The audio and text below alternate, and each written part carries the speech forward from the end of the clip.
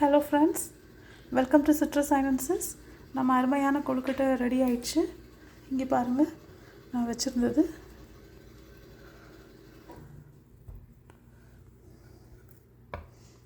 செம்ம ஹாட்டாக இருக்குது.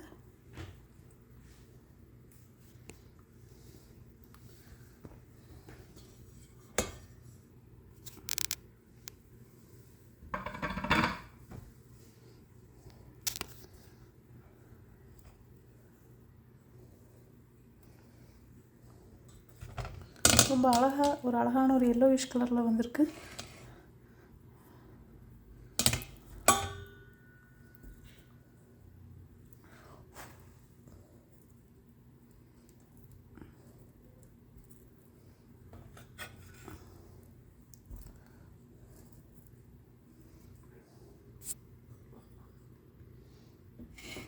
நம்ம கொழுக்கட்டை ரெடி ஆயிடுச்சு.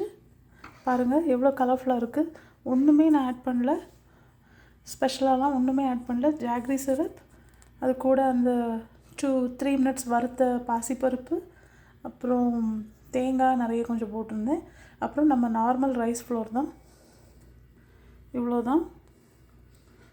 இது ஸ்டீம் பண்ணியாச்சு. இது 1 hour ஆகும் மேக்ஸிமம் செய்கிறதுக்கு. மிச்சம் இருக்க மாவை நீங்கள் ஃப்ரிட்ஜில் கூட வச்சுக்கலாம். ஒரே ஃப்ளோவில் செஞ்சு முடிக்கணும்னு அவசியம் இல்லை. இதை போல் நாளைக்கோ நாளை கழிச்சோ உங்களுக்கு சாப்பிடும் போல் இருக்கும்போது ஜஸ்ட் ஒரு 2 hours பிஃபோர் நீங்கள் எடுத்து வச்சிட்டிங்கன்னா அந்த டைமில் கூட நீங்கள் செஞ்சுக்கலாம். ஸோ பார்த்துக்கோங்க, ஒரே டைமில் செஞ்சு கஷ்டப்பட்டுறாதுங்க. ஏன்னா நம்ம மாவு சேர்த்து பண்ணும்போது கொஞ்சம் முன்ன பின்ன எக்ஸ்ட்ரா வந்துடும். ஸோ அதை ஒரே நாளில் செஞ்சு முடிச்சு டயர்டாக வேண்டாம். நமக்கு எப்போ சாப்பிட்ணுன்னு தோணுதோ அப்போ செஞ்சால் போதும். அது பாட்டுக்கு இருக்கும் அது ஃப்ரிட்ஜில். ஓகே ஃப்ரெண்ட்ஸ், இது ரொம்ப அருமையான ஒரு இது. உங்களுக்கு கட் பண்ணி காட்டுறேன்.